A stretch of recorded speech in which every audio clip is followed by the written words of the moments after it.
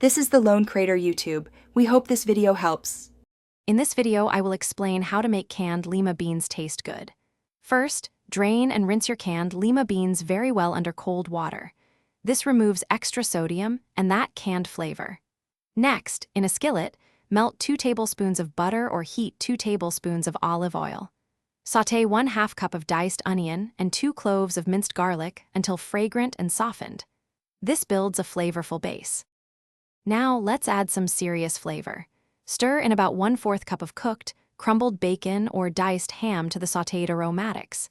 If you prefer a vegetarian option, 1 teaspoon of smoked paprika works wonders. Next, add your rinsed Lima beans to the skillet.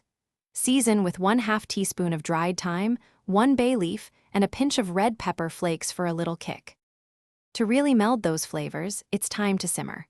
Pour in about 1 cup of chicken or vegetable broth, ensuring the beans are mostly covered. Bring it to a gentle simmer, then reduce the heat to low, cover, and cook for 10 to 15 minutes. This allows the beans to absorb all the delicious flavors. Taste and adjust the seasoning, adding salt, freshly ground black pepper, and perhaps 1 teaspoon of sugar or maple syrup to balance the flavors.